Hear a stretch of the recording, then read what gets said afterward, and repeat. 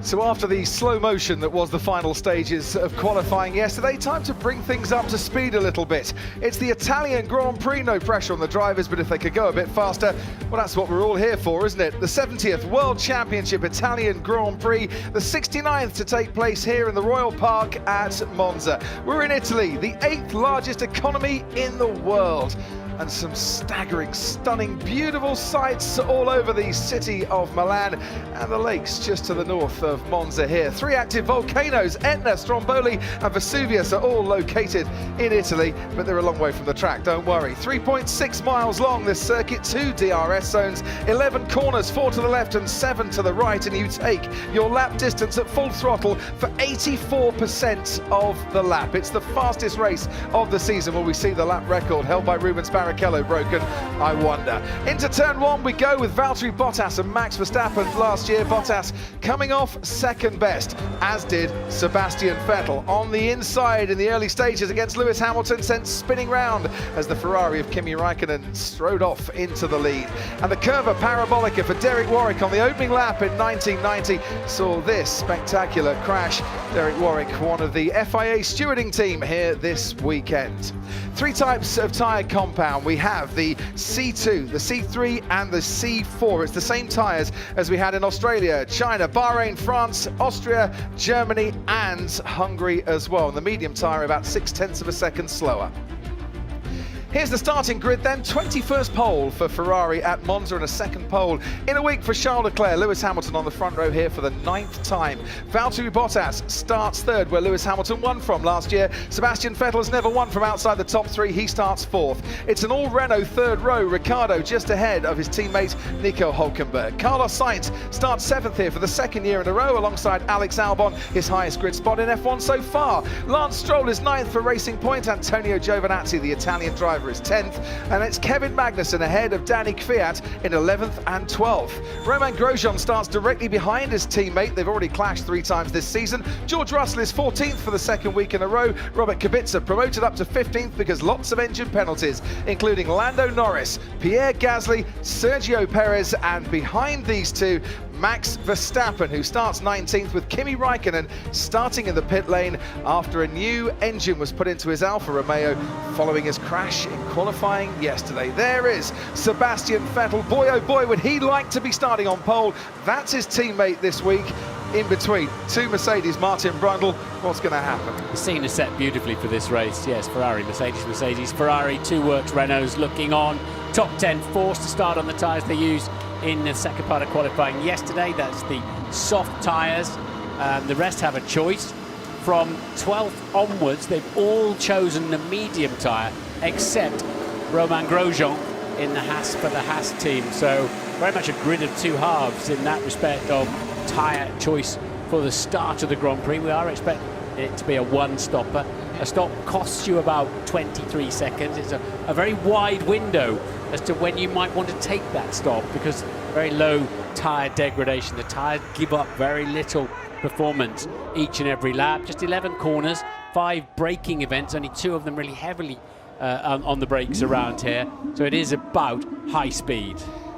The prancing horse starts on pole. If we could do a horse racing analogy here, it could be like a mad 5-furlong dash. Charles Leclerc blasts off, but then he might run out of puff, or in Formula 1 terms, his tyres might run out of puff a little bit. Could the others start to overhaul him? That, I think, is the worry for Ferrari today. It is, but he's also dragging the pack down there. It's 450 metres from pole position to the turning point of the first corner, and that means anybody in his slipstream is getting a very helpful. And we saw how hard the drivers were trying to pick up a slipstream yesterday in qualifying when it all went wrong in a very silly manner, a chaotic way. It was comedy, but it wasn't funny at all, the 2nd part of qualifying yesterday, if you joined us for that. But anyway, this is where they hand the points out and the prize is out. It's race day. That's what matters. Right, let's get going then. It's time for the formation lap, and Charles Leclerc will lead them off, and there's plenty of smoke around here. The air display was fantastic. It's a magnificent sight as the cars make their way down to the first chicane. Karun Chandok come in. Yeah, Crocky, I was talking to some of the Ferrari engineers on the grid. Now, obviously, for them, they need to get out of the 2nd chicane with Leclerc in the lead and make use of the first in. they think on the medium tyre in the second half of the race, Mercedes have a clear advantage. They're also worried that Mercedes carrying a bit more downforce will be better on tyre wear. So just because Leclerc leads the first stint, it doesn't mean that Mercedes won't come back in the second half of this race. Thanks ever so much, Karun. There's the stampede from the grid to the pit wall. It's got to be fit to be a mechanic and an engineer these days in Formula One. And there is Charles Leclerc, the third youngest winner in Formula One history. And he sits 5th place in the championship, just 12 points now behind his teammate Sebastian Vettel. Verstappen didn't score in Spa, he's third. Valtteri Bottas is now 65 points behind Lewis Hamilton. Fernando Alonso there, a very experienced spectator, it must be said, especially around this place. But a point there about the fitness of the crew, especially the pit stop crew, the 20-plus people on that. They have a lot of training and hydration, nutrition, and that's why we're, with a lot of equipment as well, why we're starting to see sub-2-second pit stops. Yeah, what they hate, of course, is if the start's aborted, they have to drag all that lot back out again. Yeah, which they don't want to see. 2.02 seconds was the fastest pit stop last week. It went to George Russell and the crew down at Williams, who start 14th on the grid today, equaling their highest grid spot of the season. Sebastian Vettel frantically weaving around, trying to get some heat into his tyres. The soft compound tyre should last, according to Pirelli, for around about 30 laps. So the pit stop window could be quite large here. Will they be bringing Vettel in early, try and drag Mercedes into a territory they don't want to be? Mercedes, who in the last 5 years have taken victories here. We haven't seen a Ferrari victory at Monza since Fernando Alonso in 2010, and the vast majority of the crowd here would like that run to end today. Young Charlie Leclerc there, keeping a close eye on his mirrors. He arrived last weekend into his grid slot quite early, and he was trying to keep the pack tight. But once again, he's been slightly hung out to dry out front there, so he will wait even longer than the rest of the front of the grid, approaching half a minute, while the other 19 line up. 33 degrees the track temperature, quite similar conditions to Spa last week. The air temperature 20 degrees, and there's an official 10% chance of rain. If it comes, it should come towards the latter stages of the race. There's Max Verstappen. He started 20th here before in his rookie season at Toro Rosso. He's last on the grid today with Kimi Raikkonen starting in the pit lane. All eyes on him as he tries to make his way through the field. All eyes looking to the first chicane, 450 meters to that first braking point. It's a long dash to try and sort it all out. We're time for the Italian Grand Prix. It's lights out and away we go. Leclerc gets away well. Hamilton and Bottas now jockeying for position, and Hamilton coming alongside Charles Leclerc, with Bottas now with some free space. Sebastian Vettel behind him, Ricciardo on the outside of Hülkenberg. Leclerc goes into the first chicane ahead, and just ahead as well by a matter of inches, and the Mercedes gets a bit Verstappen pinched. at the back, I think. Verstappen in trouble at the back. Out braking himself and having to go through the chicane along with Sergio Perez as well. Broken front wing, I believe, if on the Red Bull that was at the back of the pack. Hamilton got a little bit pinched, but he's ahead of his teammate Valtteri Bottas. Is into the second chicane we go, and Nico Hülkenberg goes past Sebastian Vettel, the Renault, getting ahead of the Ferrari. That is bad news indeed for the home team. Yeah, we're pretty sure it is Verstappen at the back with a broken front wing. Great move there.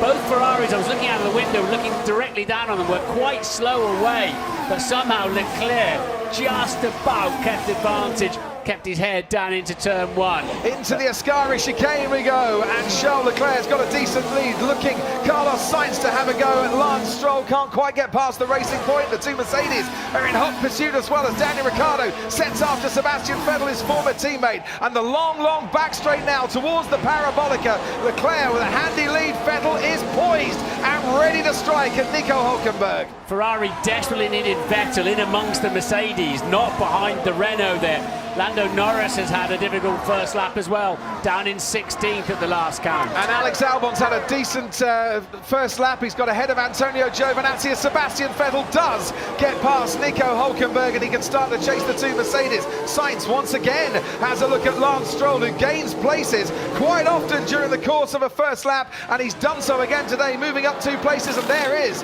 the front wing change for Max Verstappen. Soft tyres going on.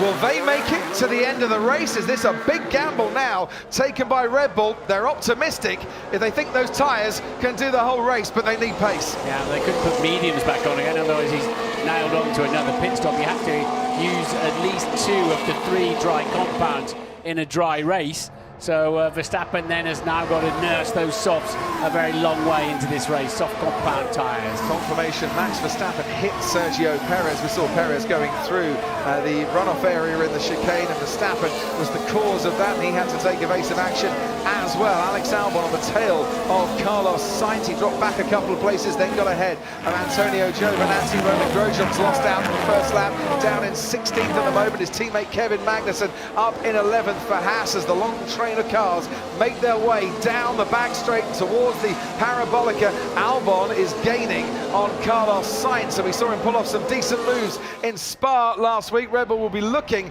to see if that McLaren can be bypassed down the straight now. Robert Kubica is up into 13th place. His teammate George Russell down into 15th, looking back there. Albon gaining on Sainz, but is he gaining enough? Has a little look into the chicane. He's just a bit too far back, and the stewards are going to look at Kimi Räikkönen, Sergio Perez, Max Verstappen and Roman Grosjean for the Turn 1 incidents and see if they need to take any action on it. So the drag reduction system DRS rear wings are now enabled. And we are on board, wow, with Alex Albon, and boy was he late on the brakes there. Carlos Sainz might have thought he was safe, he wasn't, but he's going to fight back now into the first of the 2 Lesmo corners. Alex Albon on the outside, and Carlos Sainz, and they touch, and Albon goes off onto the gravel, and he's going to lose places as a result of that. Was he squeezed out, and was there enough space? We might need to look at that again. Yeah, no point trying to go around the outside of the first Lesmo. It always nips a bit on the exit, and that's not the place to position your car. That was superb on the brakes, and well done Carlos Sainz for getting out of the way as well, but he went too deep into the chicane, allowed Sainz to come back at him. The trees there, Martin, just masking what we wanted to see as the helicopter cam picks up Alex Albon. I think Sainz had the racing line and took the racing line through the corner. That overhead shot wasn't a whole lot of good to us there, was it? But no. Alex would have been much wiser to get out of that and regroup, ready for the exit of the second Lesmo. And the stewards might just have a little look at that incident as well. There's Kevin Magnussen right behind Antonio Giovinazzi, and Alex Albon now behind the Haas. And Albon just ahead of Danny Kvyat and Pierre Gasly, the man he swapped around with, and the move from Toro Rosso to the senior team.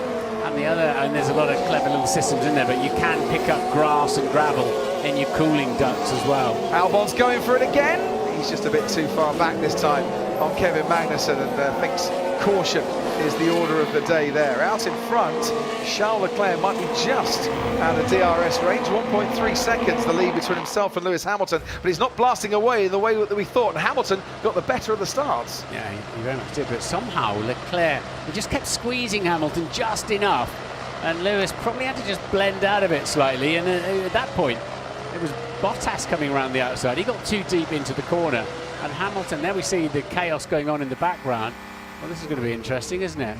Yes, so Sergio Perez to the right, Pierre Gasly just ahead. The start Max needed last weekend in Spa got away nicely off the line. So he's backed off, he's not being silly. In fact, he's very cautious because he knows what's coming next. Ah, that's right. Coming next. It's a replay of the Ferrari and the Renault. Nico Hülkenberg having a move on Sebastian Vettel. We'll go back, I hope, to that Max Verstappen because we want to see how it all played out in the end. Meanwhile, Daniel Ricciardo has just got past his teammate Nico Hülkenberg, and Ricciardo moves up into 5th place. 2 Renaults running 5th and 6th at the moment. They could get a haul of points today, which will make life difficult for McLaren in the championship. McLaren, of course, robbed of that 5th place for Lando Norris just last weekend in Spa. They could have very much done with. Verstappen is 40 seconds off the lead, so let's remember that time. And 19 seconds off taking Kimi Räikkönen for last but 1 place. Yeah, and when the rest make their pit stop, they'll lose about 21 seconds. Bring Verstappen a bit more back into play, and that's how Daniel Ricciardo, using the slipstream on his teammate Nico Hülkenberg with DRS as well, easily managed to get past. In the Constructors' Championship, Renault 43 points, McLaren 82, Good haul of points here, as Martin said, could easily move them into contention for that vital 4th spot in the standings. What the Renault boys should be doing is DRSing each other lap after lap after lap and getting them clear of Lance Stroll, who's hanging on very nicely there, Carlos Sainz too. I mentioned Stroll. He gained 6 places on the opening lap in Spa. He's gained 55 places in total on the opening lap this season. He gained another 2 on this particular afternoon as well. Back on board now with the Red Bull. Down the main straight we go. Alex Albon, he thought he might be able to breeze past the Haas. That certainly isn't happening, and he locked up a little bit going into the chicane as well. As Romain Grosjean gets past Robert Kubica and up into 15th place, the Williams starting to drop back a bit. No investigation necessary, say the stewards, in the incident involving Alex Albon and Carlos Sainz. They've decided that's a racing incident. And here we are at the start once again. Pierre Gasly just ahead of Max Verstappen, as you said, Martin, was hanging back, being cautious. Yeah, Max was being extremely cautious, and then just suddenly, I think he got a whack. He got a whack up the back, didn't he? I'm not sure. I think they slowed down, and his closing speed was a bit more, I think, than he actually felt was going to be happening. Yeah. Oh, there's Sebastian Vettel, and he spun. And he's coming onto the track just as Lance Stroll goes past him as well. And there's anxious faces now on the look of the Tifosi. He must have hit Stroll, and Stroll now comes back onto the track, and Pierre Gasly in the Toro Rosso has to go wide, all down at the Ascari chicane. Both of those against the regulations, rejoining the track in an unsafe manner. And look at now, Sebastian Vettel, big damage on his front wing, limping into the pits. I think I have damage, the front left. You do have damage, I'm afraid, Sebastian Vettel. Past him goes Perez and Stroll. He was just right getting on the tail of Valtteri Bottas, so whether there was contact between the two or whether Vettel just ran out of space, then ran out of talent, I don't know. Second year in a row, Sebastian Vettel's Italian Grand Prix has sent him into a spin. Last year, it was after tangling with Lewis Hamilton on the opening lap. This time at the Ascari chicane, he goes into a spin. Was the contact? We'll find out. Hard compound tyres going on, Ted Kravitz. Well, it's just trying to get something from Sebastian Vettel's race, as Charles Leclerc, a young upstart teammate, serenely at the front, the team leader having an absolute mare down here. And actually at Racing Point, it's Lance Stroll's race ruined as well. He was properly sent around. You'll see the replay in a minute, Crofty. Lots of damage on the Racing Point, and he's going to pit now as well. Right, so that's Sebastian Vettel spinning all on his own. Comes back under the track. Oh, dear, oh, dear. Now, he might not have seen Stroll, but I don't know if he was looking to see who was coming through. They just dropped it. Just came back on the circuit like an idiot. And I'm sorry, I can't disagree with Lance Stroll's comments there. That is not what you expect from a man as experienced as Sebastian Vettel. We saw him last year light the rear tyres up in frustration, but then Lance did the same then to a Toro Rosso. Here Absolutely. we go. And if Lance Stroll's going to dish out that, he might have to take a bit back from Pierre Gasly as well. So there's, that's poor. Stroll did his absolute best to get around the outside of that. So I'm pretty sure Vettel will take a penalty for that. And, well, what goes around comes around. Yeah, I think by the same token, I think Lance Stroll might be due one as well. Now, with these cockpits, Martin, with the increased protection around the side, it's very difficult for the drivers to see over them. But the stewards are looking at Sebastian Vettel for returning to the track in an unsafe manner. Romain Grosjean has now pitted. The medium tyres go on for him, and he's back out with only with Sebastian Vettel just ahead of him. Grosjean's had a spin as well, and he continued on his way on the exit of the Ascari chicane. Verstappen 39.5 seconds off the lead. He's taken a half a second off out of the leader, but he's now getting towards the back of the pack. His progress will slow. Lewis Hamilton catching Charles Leclerc, 2/10 on the last lap. So you see Lance Stroll going through, and that is how Romain Grosjean did it. Is it that tricky on the exit of the Ascari chicane there, where we saw Vettel a little bit earlier in this corner? Be a lot of gravel around there about now. It just put too much. You got a lot of throttle on. You do ask a lot of the car laterally. Yeah. And you'll not spin there too often without smashing it into the barrier. And we can see now Alex Albon at the De La Roggia chicane, going for a move on Kevin Magnussen. Now he comes out ahead, but he's definitely missed the apex there. And he is still ahead of Kevin Magnussen with Danny Kvyat, the car now in between the pair of them. Terry Lewis was pushing it hard, wasn't he, on the exit of the second Lesmo there? Looks like he's struggling a little bit. Might be struggling a bit, but he's just pulled out a couple of tenths in the first sector, which means Hamilton's now not in DRS range. We should... sorry, Martin. Yeah, Leclerc's just 21 years old. We know how strong his head is. He's staying on the right-hand side down there, because it's their right, of course, because it's less bumpy. It can get very bumpy down the middle of that straight. That's why I think Leclerc, and also trying to break the toe, break the slipstream as well, that he's helpfully giving both Mercedes. Anthony, what can you tell us? Hamilton is saying that he's feeling good in the car, but he's managing the rear tyres, and that's why he's not really catching the leader at the moment. He's biding his time, he's looking after the rear tyres, but they have lost, interestingly, they've lost GPS tracking on his car. Oh. Well, we've got it up here in the commentary box. Yeah, we know where he is. Yeah, fine. He's second at the moment. He's just gone through the Curve Grande behind Charles Leclerc and ahead of his teammate Valtteri Bottas. So what are the ramifications of losing GPS, Anthony? What other tools have they lost then at that point, would you say? Well, it could come into strategy when you're looking for when to pit the cars, and it's that when it comes down to that critical time. So I'm guessing that's what they're kind of suggesting by that comment.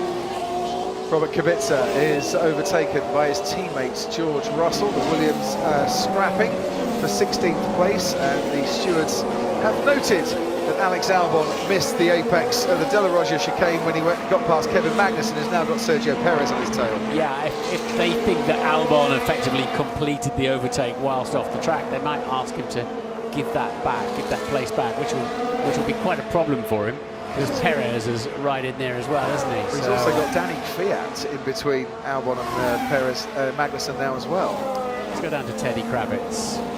So a couple of things from down here, Martin. First of all, Lance Stroll's front wing is damaged, as you might expect.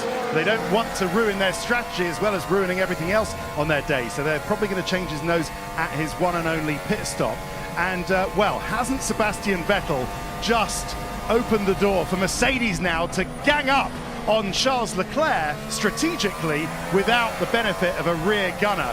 And I can imagine James Vowles, the strategist on the Mercedes pit wall, is thinking, haha, I'm going to get him now. I'll be able to do one thing with another, maybe an early stop for Bottas, one thing with Hamilton, and they'll get them. So this hands such a strategic advantage to Mercedes. But notwithstanding that GPS loss, Crofty, what do you think it says? After the Ascari corner, turn left. That might help.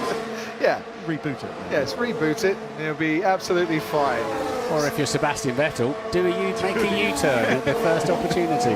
Perez is having a go at Kevin Magnussen on the run down to the De La Roggia chicane. This could end a bit messily as the two drivers almost wheel to wheel going through.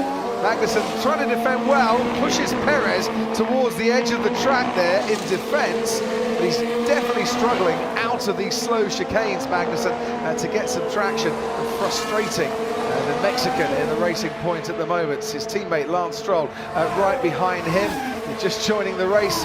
Stroll was going along quite nicely, then Sebastian Vettel spun at the Ascari chicane, came back onto the track and caused a spin for Stroll as well. Had to take evasive action, then Stroll came back onto the track and forced Pierre Gasly onto the gravel, and the stewards having a look at it at the moment. And Stroll's got reasonable pace, so I can't see them necessarily, unless they think it's dangerous.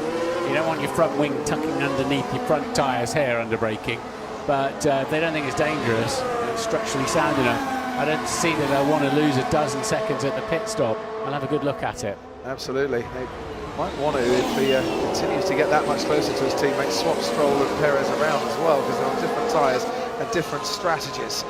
1.1 seconds was the difference at the end of the last lap between Leclerc and Hamilton. It's near enough 1.3 seconds at the moment. He's doing well, Charles Leclerc, to keep out of DRS threat from the Mercedes. Yeah, it's tantalisingly close now, isn't it? But what a duel this looks like.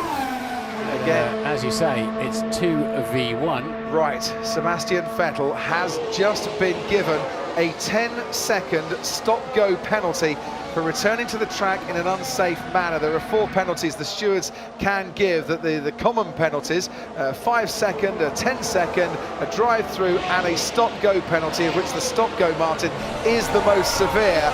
And Sebastian Vettel's Italian Grand Prix has gone from average to bad to horrible. That's a half-a-minute penalty they've just given him there. And that'll put him plumb last.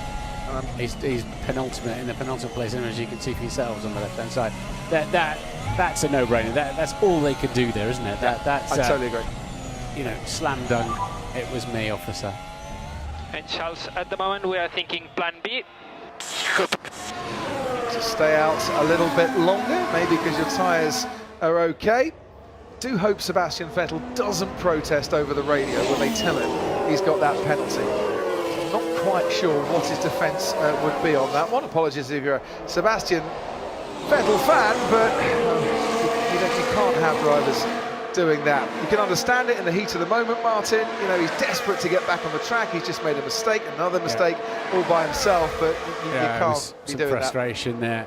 Remember, he lit the rear tyres up when he spun last year. He's just about got beat. He's lucky to get off that. They're also investigating Raikkonen for starting on incorrect tyres. But we'll have to look at the angle of that, because with a hand device on and the headrests, you cannot turn your head. Yeah. You cannot turn and have a look. So if you can't see somebody in your mirrors, you don't necessarily know where anybody is. But the position he was at the front of the field, close to the start of the race, somebody was going to be there. Well, this is it. You're relying on your team to say, yeah, hold on, Sebastian, hold on. And relying on your years of experience, as you say, Martin, to know that at that stage of the race, the field are going to be fairly close together and there's not going to be a massive gap to get back onto the track again. Yeah, and the more I think about that, the more I realise Vettel had no ability to have a look, because his mirrors would have been looking at the barriers in the middle of the runoff area, and you cannot turn your head. It's impossible. But that, he's done his 10-second stop-go penalty. But if you can't see, you don't just go blindly onto the track. You wait for a marshal to wave you on or something, but then his race would effectively be over anyway, so maybe it was worth the risk, and hope that whoever was coming along went behind him and not in front of him. Yeah. On board with Max Verstappen. Max Verstappen, in all the time we've been talking about others on the track, has made his way up to 16th at the moment. Oh, I get this problem again, that I lost power out of turn 2. Okay, power is coming back, just watch, well, you know what to watch. And is this a mapping issue that they've got? With losing power out of turn 2? It's... Yeah, don't know. They don't seem to know, do they, Crofty? Because they've been trying to chase it for a couple of days. You know what I think Raikkonen had done on Raikkonen? Because he started from the pit lane. They started him on what they thought were optimum tyres. He was inside the top 10 yesterday, wasn't he? Yes. He was required to start the race on his Q2 tyres. So I suspect that's what's going on there. Maybe Alfa Romeo thought that as they started from the pit lane, all bets are off, they can run what they like.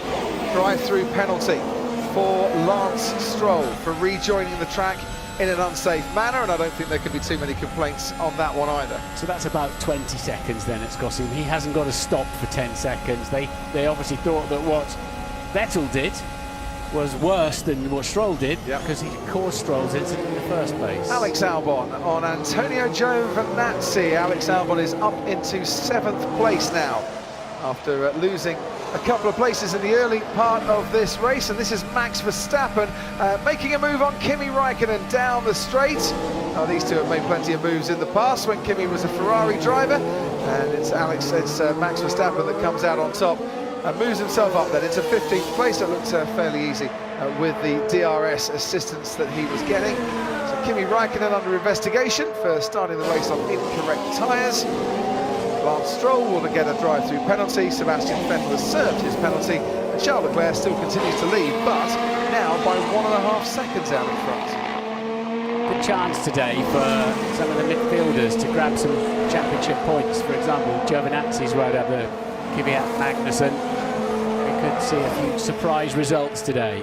Giovinazzi, of course, who was on for a decent points finish in Spa until he dropped it at Pouhon on the last lap, and rather ruined all of his good work before. So another 5 or 6 laps, and the window will start opening up for the top 3 to make a pit stop without being back in the pack. Yes, the Renault pair of Ricciardo and Hulkenberg doing a very good job to try and have that gap a little bit sooner as well, should the top 3 want it. You can bet your bottom dollar, Ted Kravitz, that Mercedes will be thinking, right, which one of our drivers can we bring in early to try and unsettle Ferrari a bit? Well, let's play the strategy game. What would you do as Lance Stroll comes through to serve his drive-through penalty? I think I'd probably undercut with Hamilton and then overcut with Bottas. Or the other one, or the other way around. Both might actually touch. Bottas is doing great lap times, isn't he? Just to be 1.7 seconds behind Hamilton. So Bottas has got speed there. Oh, we're just seeing a replay of why Lance Stroll got his drive-through penalty. Oh, and they're coming out into the pit lane at Mercedes for a set of hard compound tyre. To go to the end, okay, so that's not great for an undercut. Just quickly on Max Verstappen, he could go to the end, but that tyre's only meant to do 30 laps. After that starts to overheat and go off, and he would have to do 50 laps on that to get to the end, more or less. Yes, he's now starting to, they're going back in at Mercedes. We've never seen this before, have we? I thought we were done with the engineer-led games after yesterday. No, they're back for a bit more. You're not allowed to come out into the pit lane and risk your people unless you have a genuine intention of pitting at that time. He's quicker than us. He's quicker than us, did he say? Quicker than us, yeah. If Ferrari can manage and Leclerc can manage to win this one, it'll be quite some victory, wouldn't it? Because Mercedes can play any number of hands there behind him. I think Lewis Hamilton was a little bit faster than Charles Leclerc on that last lap, but down the main straight, Leclerc seems to have a much bigger speed advantage, and Mercedes need DRS, and they're not getting within range to do that at the moment. On board with Sergio Perez, running just outside the points at the moment in 11th. He's had a fairly eventful race. He's got Kevin Magnussen now in his sights.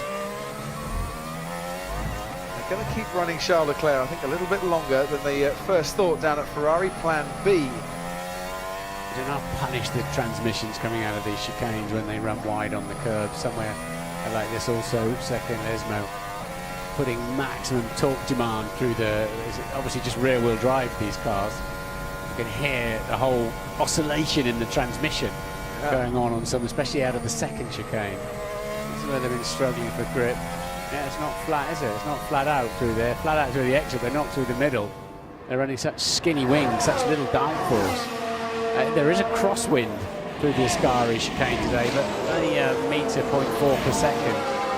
Alex Albon has a penalty. If you remember his move on Kevin Magnussen, where he got ahead of Kevin Magnussen and then went off the track and stayed ahead of Kevin Magnussen, well, the steward said that gained a lasting advantage that you shouldn't really have had. So there's a 5-second penalty for Alex Albon, who hasn't pitted yet. And it means then, as there is the Red Bull of Max Verstappen making a move on Pierre Gasly, and Gasly didn't put up too much of a fight against his former teammate there, and Verstappen puts himself up into 13th. Means that Alex Albon will stay stationary for 5 seconds before they change his tyres at the next pit stop, and I'm not overly surprised by that penalty either. No, I'm not at all surprised. In fact, it's quite lenient in a way. Rears are dropping off then. You cannot overcut him. Overcut him. If he comes in, Lewis doesn't want to keep running longer. But no, sometimes, often we've heard drivers having to give the place back, haven't we? But Albon is now 2 spots ahead of Magnussen. Yeah, that was the trouble from pretty much straight away, because Kevin Magnussen kind of had to back off as Albon rejoined the track, and then Danny Kvyat said, "Oh, thanks ever so much, I'll have that," and rather made it a little bit complicated just to do a little swap. We have live data powered by AWS saying that the pit window is open for those soft compound tyre runners on a one-stop strategy, Ted Kravitz. It means that you can go from soft to medium. So any earlier, you'd have to put the hard tyre on. That's why we saw the Mercedes guys out in the pit lane with that hard tyre, with the white stripe, which is as hard as concrete round here. It's pretty hard for this track. But from now on, from 19 to 29, pit window is open. Don't go making cups of tea, anybody. This is where it's about to get interesting. Yeah, and looking at the way Leclerc's Ferrari was moving on the exit of second Lesmo, they had to really scoop it up. An armful of oversteer, the back sliding. It looks to me like the Ferrari is getting ready to have a new set of tyres. If the question is, have we had enough penalties for this race? The answer is obviously not. Kimi Raikkonen now has a 10-second stop-go penalty for starting the race on incorrect tyres, and I'm rather inclined to agree with you here, Martin. He got through to Q3 yesterday and normally would start on the same set of tyres. He set his fastest time in Q2 on. Hamilton pits. Rear tyres. Rear tyres. Yes. Rear tyres are gone. Right, so at Ferrari, they say the rear tyres are going. They're trying the undercut here at Mercedes, and Mercedes have been very, very good at predicting Ferrari's tyre life in recent races. So, I don't know when he called in to say rear tyres. We saw it down at second Lesmo, didn't we? And now I think this is going to give Lewis Hamilton a great chance of taking the lead of this Grand Prix. It's a decent stop as well by the Mercedes crew. He comes out just ahead of Carlos Sainz. So to go back to Kimi Raikkonen, he should have started on the soft compound tyre, but because he started from the pit lane, they decided at Alpha to put him on the medium compound, and obviously thought they could do that because he was now starting from the pit lane. They've made a load of changes. Might be the regulations say, no, you've still got to start on that set of soft compound tyres. Well, you don't want to be doing that, Lewis. You've got to get those tyres to the end of the Grand Prix. Big lock up there as he's pushing on his outlap. It shows how hard he's pushing, it really does. 25-second gap to the leader, Charles Leclerc. His last lap was a 1:25.2. I wonder how much slower he might go on this particular lap as Kimi Raikkonen serves his 10-second stop-go penalty, and away he goes. 10.5 seconds. He was stationary for. Kimi rejoins the race right at the rear. Now, here's the moment in the race, Crofty. It is. Leclerc comes in. Where's Lewis Hamilton? Heading down the back straight towards the Parabolica. Hard compound tyres go on, not the mediums, down at Ferrari. Hamilton's going through the Parabolica now. 80 kilometres an hour. Charles Leclerc and his Ferrari trundles down the pit lane. Lewis Hamilton crosses the line to complete his lap. He's at full pace as the Renault of Ricciardo, and then Hulkenberg goes through, and there is Lewis Hamilton, and they have just got out ahead down at Ferrari, but Hamilton on hot medium compound tyre against the hard compound tyre of Leclerc might just have an advantage on this lap. Hamilton's tyres are warmed up, Leclerc's are cold and getting warmer, but when do they get up to the optimum temperature? That is what Charles Leclerc is hoping will happen very soon. So Lewis will be much more confident in the braking zones. He's up to speed on these fresh tyres. Fuel load always coming down, of course, as the laps unravel. But good work there from Ferrari. They've a completely different concept of how to run this race. They've gone on to the hard tyre. Lewis Hamilton will be in DRS range when they next go through the activation zone. This is a clear indication that Ferrari don't think those mediums are going to last long enough to get to the end of the race, and they've got to go for something a bit more sturdy, and Mercedes think that they can go on the mediums, and it might just make sure they're okay. If Mercedes are wrong, Leclerc, if he gets overtaken, could come back at the end of the race. And Lewis Hamilton is going to get DRS down the pit straight. So Leclerc needs his batteries fully charged and ready to defend with them. Here we go then, Lewis Hamilton in hot pursuit of Charles Leclerc, and look how he's gaining out of the Parabolica, and now the DRS will open wide for Lewis Hamilton. Ahead of them is Nico Hulkenberg. The race leader was Charles Leclerc. He's been ahead of Lewis Hamilton all the way through, and he stays ahead going into the chicane. Leclerc getting a handy slipstream there from the Renault, just what he needed. But it's for position, of course, in the race. Hulkenberg is ahead of Leclerc and Hamilton at the moment because he hasn't pit stopped, so he doesn't have to get out of the way at all. Both Renaults running inside the top three. Bottas leads from Daniel Ricciardo and Nico Hulkenberg. Then comes Charles Leclerc and Lewis Hamilton, and that could be the battle for the eventual race winner that we're seeing here. That's not discounting out Bottas at all. The overcut might just work, you never know. Onwards towards the Ascari chicane we go. And Charles Leclerc has got DRS because so he's now pushing hard. Leclerc now. This could play in our hands, so keep pushing hard.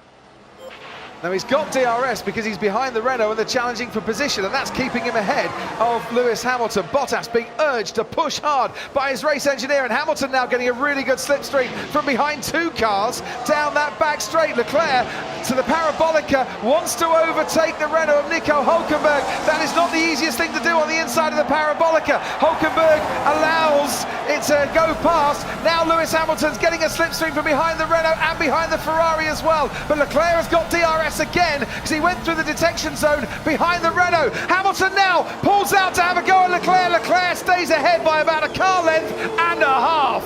This is brilliant racing. Very smart positioning of his car there from Charles Leclerc, and he did, as you say, get some DRS. He's going for it again, Lewis Hamilton. Got a great exit out of the chicane. Round the curve, a grande they go. Is it a grande move from Lewis Hamilton towards the Della Roggia chicane? Leclerc's on the inside. Hamilton goes onto the gravel and has to take to the escape road. And you can hear the cheers from Monza all the way back to Stevenage. The Ferrari fans loved it.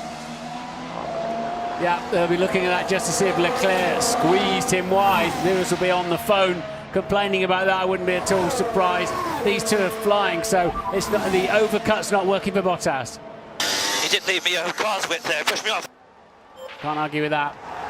The Ferrari fans cheering Charles Leclerc through the Ascari chicane. Whatever anyone else might think of this move, the home Tifosi absolutely loved it. Was there enough car's width there? No. But was he moving to take the racing line, and was he allowed to do so because he was still ahead? That's a tough call from the stewards.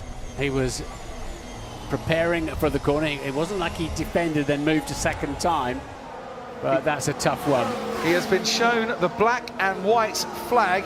Get you to explain that in a couple of seconds. Yeah, go for it now, Martin. Well, that means your driving is not acceptable, but that means you're not going to get a penalty. Yeah. That means don't do that again. So he's been led off reasonably lightly on that one, but that was a tough call, I must say. It's a warning. It's like a yellow card. Do it again, and then we'll start taking action. And is that then Charles Leclerc nullifying the threat of Lewis Hamilton for a while? Black and white flag. Black and white flag. No action at the moment. Why? Lewis Hamilton going off onto the gravel. Not a car's width there. Leclerc was slightly ahead. There are the stewards. Gary Connolly on the right-hand side. Derek Warwick, of course, on the left-hand side. Two of the four members of the stewarding team. They have all the camera angles. They have all the data. They've got the rule books and a lot of experience and knowledge. And decided on this occasion a warning was sufficient, not a penalty. Again, Leclerc positioned his car well. He had to go to the left off the exit of Curva Grande, forcing Lewis the long way round. But those hard tyres don't seem to slow at the moment, do they, on the Ferrari? But Lewis can't help but sense in this second phase of the race, and he's got DRS as well now. The Mercedes in Hamilton's hands is a little bit faster. Charles Leclerc has just set the fastest lap of the race on those hard compound tyres as well. Valtteri Bottas leads his gap. Super fast on the straights. He was about 6-7 miles an hour faster in the Ferrari on the straights yesterday. And you want to be about, was it 20 kilometres an hour? I'll put that into miles an hour for you. Faster on the straight to make an overtake move 12 miles an hour. And of course this again is for position with Ricciardo, who hasn't stopped and is running second. Bottas hasn't stopped either and leads the Grand Prix, but Bottas is only 18.5 seconds ahead of Leclerc. That's not enough. A pit stop takes somewhere around 22 or 23 seconds. Ted, down to you. Just to explain the difference in strategy, do you remember, Crofty, back to Friday, seems ages ago now, doesn't it? Yeah. The Ferrari was actually not great, much worse than the Mercedes on the long runs on that yellow medium tyre. So it's all they could do, really. They knew that their pace wasn't great on long runs compared to Mercedes. So they had to go with a hard tyre. What's going on now? Now this could be interesting because Daniel Ricciardo doing a stout job of defending second place here. And Charles Leclerc is right on the rear wing of that Renault. He's going to get DRS, as is Lewis Hamilton as well. But I think it's allowed Hamilton to get that little bit closer to Charles Leclerc as they head now down towards the first chicane. Leclerc gets past Ricciardo. Hamilton is going to have to get a good exit out of this chicane to try and keep tabs with Charles Leclerc, or the Ferrari is going to get a little bit further away from him through the Curva Grande. Hamilton switches to the inside, and he goes wheel to wheel now with Daniel Ricciardo. Ricciardo has been on these tyres right from the opening gambit, and he can't put up as much of a defence as Leclerc did at this very spot 3 laps ago. Yeah, Ricciardo didn't have the pace. He had to go around the outside, more metres, and that's not his fight. There's no point in Daniel losing time to Lewis there. It's not his fight this afternoon. His race is with his teammate Hulkenberg. Yep, it was the same with Nico Hulkenberg as well, who fought but didn't fight too much when Charles Leclerc and Lewis Hamilton came their way a few laps ago. So, 3 cars blasting down the main straight at Monza, and the red one getting past the yellow one, with the silver one having to tuck behind. That's pretty much what the Tifosi would like to see more often than not here in Monza. Valtteri Bottas leads the race though for Mercedes, but he hasn't stopped yet in this race. Daniel Ricciardo was running second, he's now running 4th. Charles Leclerc runs second and has set another fastest lap. Lewis Hamilton though is sticking with him and is still within DRS range, and the longer he keeps within DRS range, Martin, the more chance he's going to give himself to try and get past the Scarlet Red. They're doing 215 miles an hour as they're ducking and diving into the braking zone at the end of the pit straight. 345 kilometers per hour. So behind Ricciardo and Hulkenberg, 4th and 5th, Carlos Sainz runs 6th, Danny Kvyat runs 7th. Alex Albon, as you can see, is in the pits and had to serve a 5-second penalty for leaving the track and gaining a lasting advantage. So he now drops behind Sergio Perez and Max Verstappen, who's up into 9th. His teammate and Pierre Gasly, the Toro Rosso driver now, Albon in 11th, just ahead of Antonio Giovinazzi. But just to confirm, Gasly hasn't pitted yet, neither has Perez, neither has Kvyat, Ricciardo or Hulkenberg. Maturity from this 21-year-old in the lead. What pressure he's soaking up. It's hard to keep up with him.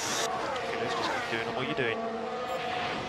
Valtteri Bottas is coming into the pits. I can see Mercedes crew, there they are, waiting for him. Off go the soft tyres, on go the medium tyres. We're on lap 28 of 53. Valtteri Bottas will be fine with tyre wear now for the rest of this race, and his 2.3 seconds stationary stop has gained him a bit of time as well. Comes out into the race, should be behind Ricciardo and ahead of Hulkenberg. It is. Different tyres for Bottas, mediums to Leclerc, but they'll be 7 laps younger. Yeah. Now, we're not seeing, as we pointed out at the beginning of the race, such degradation, such fall away from these tyres, but nonetheless that could come in very handy for Valtteri Bottas later on. In the short term, he's lost out. The 3.2 second gap between Leclerc and Bottas when the pit stop started has now extended, but you're saying by the end of the race he might be a much faster pace than Charles Leclerc, and it could play into his hands. You don't know. Oh, Ted, Carlos Sainz has left the pit. It's a loose wheel. They had a problem with it. They had a problem with it in the pit stop. They took it off, put it on, took it off again, and then put it on again. And that is such a shame. That's a race retirement. They have to stop, otherwise they would have been disqualified for Carlos Sainz. And he was in a fight. Let's see if there's a safety car. Everyone getting ready down here. He was in a fight with Nico Hulkenberg for P6, P5, P6. Let's let Hulkenberg off the hook on that one. Yeah, the problem with the wheel gun there. He stopped, he started, and he went, and by the time he'd gone, the realisation was there that wheel was not on properly for the 2nd weekend running. Carlos Sainz retires from a Grand Prix through no fault of his own, and now the car is parked. There is a virtual safety car being deployed. I was going to say, the car parked at the pit lane exit. Yeah, and it's in a vulnerable position there. What's going on here? Well, Lewis Hamilton, a little bit to overtake, late. but it looks as if... well, Leclerc had slowed right down, and Hamilton was a bit late to react. Yeah, but they've got to keep to a minimum time of arrival at the next point, so it's quite complex on the screen. It looked like they were busy trying to work it out, the pair of them, weren't they? So it's a very vulnerable place there if cars were to make contact down the pit straight. So that's the only thing they can do. They can't put marshals out there on a live track. Danny Kvyat hadn't pitted, came into the pits during the virtual safety car, and I wonder how that might help his race. Sergio Perez, Pierre Gasly doing the same thing. Bottas had just pitted, so he's lost, and he'll be cursing that. So had Verstappen as well. because it's a cheap stop. While the others are going around at limited speed, you're losing less time in the pit stop. Right, virtual safety car gone. Carlos Sainz's McLaren, first car to retire from this race, gone from the side of the track, and Leclerc and Hamilton gone down that back straight. Look who's going into the Parabolica, Sebastian Vettel, he's in 17th. His teammate Charles Leclerc has Hamilton now right on his tail, and the tyre warm-up issues are coming back again for Charles Leclerc here, because he's on the hard tyre. They will have been colder and take longer to warm up than Hamilton's mediums, and Hamilton getting a great exit out of the Parabolica, and he is gaining definitely on the Ferrari in front. That long main straight sees Hamilton really going for it here. Can he brake late enough to get ahead? No, he can't. So DRS was enabled immediately after the virtual safety car went in.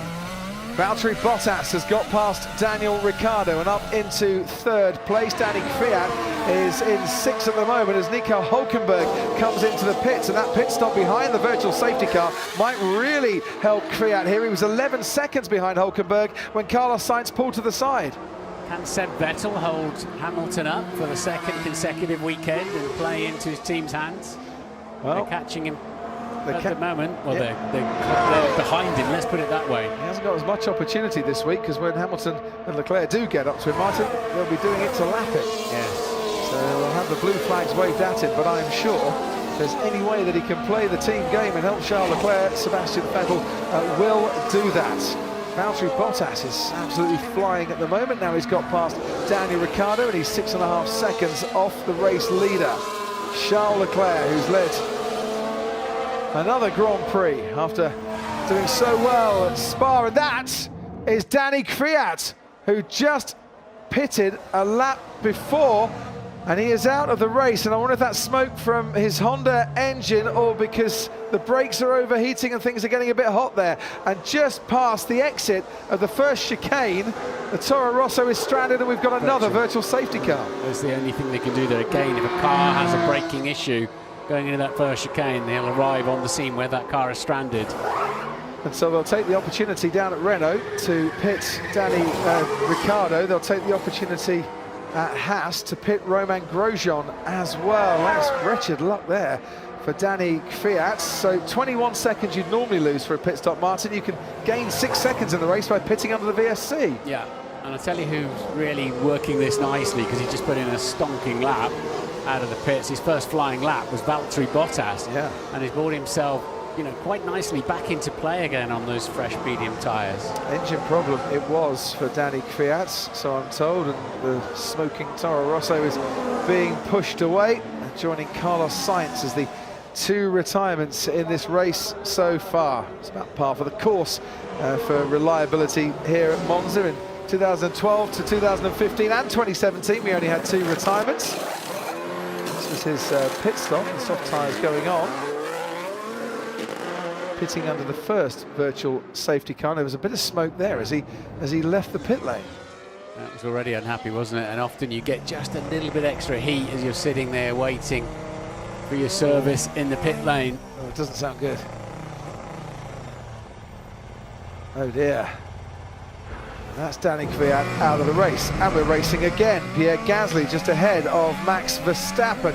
It's the battle for 11th place. Lando Norris, the car just ahead of them. Charles Leclerc has got Lewis Hamilton right on his tail again as they head towards the first chicane. There goes Perez and Magnussen, and there is Lando Norris staying ahead of Pierre Gasly, but only just. Franz Tost is the team boss at Toro Rosso. He's with us this weekend. Franz, can you tell us anything about Danny Kvyat's retirement from the race? As it looks like, it's an oil leak, but we don't know more details. Such a shame, because he was in a really handy position there to score some good points. Well, he was in the 6th position. We just changed the tires to the option. Everything would have worked well, but unfortunately any oil leak happened, and therefore we had to stop the car.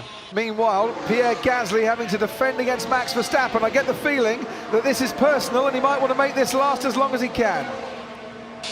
Yeah, Max Verstappen is not a problem. He should overtake the cars in front of him. I think he's going to do that. Thanks ever so much indeed, Franz. Might not be the Toro Rosso problem, but Pierre Gasly still going wheel to wheel with Max Verstappen here. Verstappen not streaking ahead. He's got the inside line. and Pierre left it there for him into the chicane. Verstappen up into 11th place. You could see the drag kick in there. He just couldn't gather any further speed. Hamilton ever closer then with the DRS, and Leclerc desperately trying to break that toe. Now you can see him harvesting electrical energy into the battery when those rear lights flashes to give the driver behind a warning that the driver in front of you is still full throttle, but the car will slow as they're harvesting power. It's not a barbecue in the background, that's still the smoke coming from the Toro Rosso as Leclerc heads on down to the De La Roggia chicane. Sebastian Vettel behind the Williams of George Russell. Vettel will be getting blue flags shortly to let the leaders through. What kind of games is he going to play, prepared to play, able to play in this fight between Leclerc and Hamilton? Just going to compound what has been a really bad afternoon for Sebastian Vettel. 5. He's been already, look, there we go again. So that's the second one he's been through. He's got to get out of the way. Now he's got to... He gets out of the way very well for both. Yeah. No, he's not prepared to play. No, gets out of the way very well indeed for both. Very quickly down to 10. Been keeping my eyes on the lap times. You can't take your eyes off them. Oh, down to 0.4 of a second. Hamilton's just gaining. He's still got life in these medium tyres, hasn't he? Still got life with them. Won't last forever though. Has to get the job. If it is going to get done, has to get the job done soon. It's half a second. It is half a second between Leclerc and Hamilton, and this is the closest Hamilton's been to Charles Leclerc to have a go into the first chicane. He's already tried once to get past the Ferrari. It didn't end well for the Mercedes. Is he going to have a go down into the first chicane? No, he's not.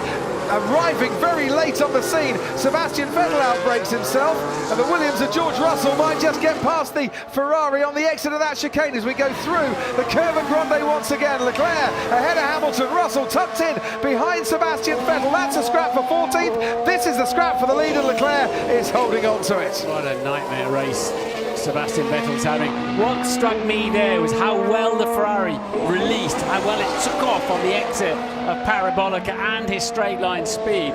That looked pretty handy to me. He got such good traction. I need more power, man.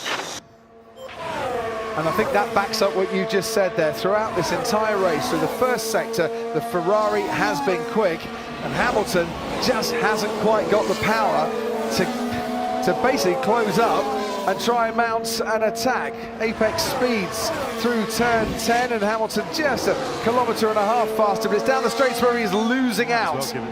So Leclerc then can just take a nice entry into the parabolic and know that it's hurting the Mercedes a little bit behind him and get a good exit, and it's giving him enough breathing space for now anyway. Right, Kevin Magnussen has been passed by Max Verstappen and Lando Norris, but not Pierre Gasly.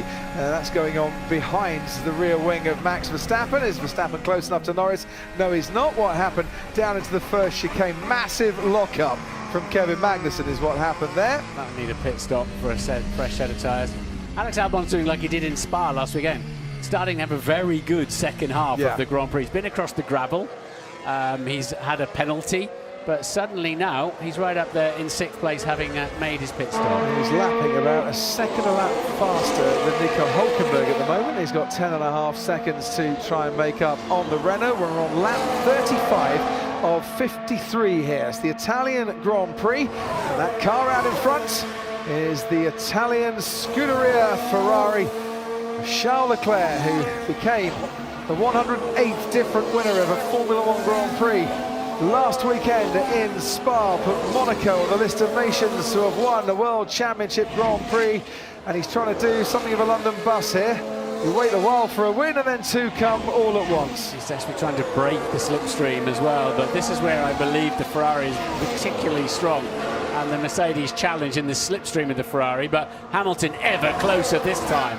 Without DRS, Hamilton would not be in a position to keep this challenge going. DRS very much coming to Mercedes' assistance so far, but he is just 20 metres, 15 metres. Oh, Leclerc locks up, too far behind. Leclerc locks up, goes through the chicane. Hamilton now is right on the rear wing of that Ferrari, and once again to the Curva Grande we go, and Hamilton is going to have a go. Which way this time? Wanted to go round the outside, has to switch to the inside. Leclerc is making it very difficult indeed by zigzagging from one side to the other of the track, and Hamilton can't force his way past. He'll have some vibrations as well, Leclerc now. That was a fairly big loss lock-up. I don't think it's a pit-stopping kind of lock-up, but a little bit naughty there. Leclerc has maintained the lead by scampering across there, leaving bits of curb in his wake. I think he'll just about get away with that. He's already had one warning for his driving, but he's driving for his life out there, isn't he? Trying to keep that Mercedes behind him.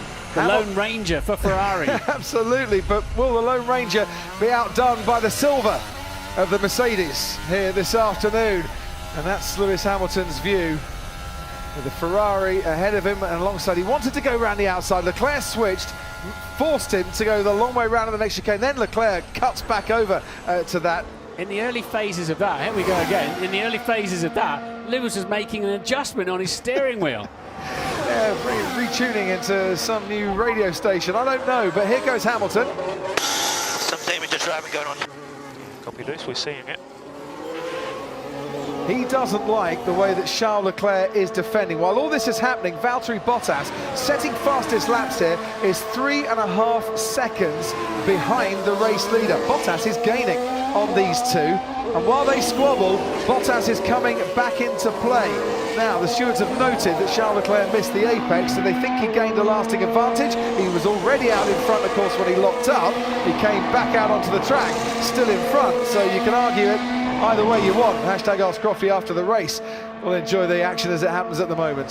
He'll get away with that one, I think, but this is going to be interesting. So Bottas starts cruising in on his 7-lap younger tyres. What are Mercedes going to do? Are they going to, if Lewis can't get the job done on Leclerc, are they going to let Valtteri have a go at him? Well, let's see how that unfolds. You've got to get there first. the request will come in, surely. No investigation necessary. Say the stewards in that incident between Leclerc and Hamilton when Leclerc missed the apex. As around the parabolica they go. Is Hamilton going to get a good exit? Is Hamilton using DRS? Yes and yes. Can he gain on Charles Leclerc? Probably. Can he get past Charles Leclerc? We'll find out in a moment. As you can see the Ferrari up ahead, and for Lewis Hamilton's sake, sadly for him, he can still see the Ferrari ahead. No investigation necessary, as we said. So, as long as Leclerc gets off the exit of parabolic and uses his straight line speed advantage, he's got Hamilton covered. What he mustn't do is make mistakes. Hamilton just needs to keep putting the pressure on. I assume, hope that he can force Leclerc into another mistake. Striking distance, Valtteri Bottas to Lewis Hamilton in 4 laps. Will Bottas be asking to come past? Surely he will. And at race control. Yeah, so I've been looking back at that moment in Curva Grande and riding on board Lewis, and I have my tyres left.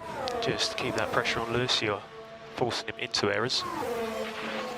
yeah, so I was going to report that as well, that he's just starting to run out of tyres. He has to make it work soon, and Leclerc just there runs a little bit wide in the Ascari chicane. This might give Lewis a bit more of a chance down into parabolic of that Ferrari being so quick in the straight line. And staying behind it, so that this could be a chance now. Yeah, he is gaining once again. Mercedes won't care too much if Hamilton's losing tyre life, because if Bottas can then pick up the baton, they can still put Leclerc under pressure. They want to win as a team, of course. Either driver, I'm sure, will do for them. But once again, Leclerc's got the better car off parabolic, and Lewis in the turbulent air is struggling. He then can't make enough up with DRS. But he's closer. Slipstream. He's closer this time around, Hamilton. It's how they now exit from this chicane. It is indeed, but Leclerc's error at Ascari put them in touch. But as soon as Lewis gets right on the gearbox of that Ferrari, he's hurting in the critical parabolica corner. And once again, Valtteri Bottas with a much faster lap than the first and second car here, and he's now 2.7 seconds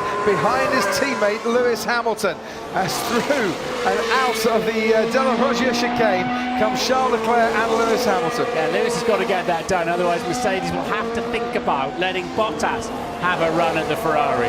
Daniel Ricciardo and Nico Hülkenberg run 4th and 5th. We haven't mentioned them for a while, and Alex Albon too, running in 6th at about 7 and a bit seconds behind Nico Hülkenberg. Giovinazzi's under pressure from Sergio Perez, who's actually just passed him. 7th now for Perez, 8th for Giovinazzi. Max Verstappen in 9th. Don't forget, Verstappen came into the pits after damage to his front wing on the opening lap of the race, and then he pitted again under a virtual safety car on lap 27.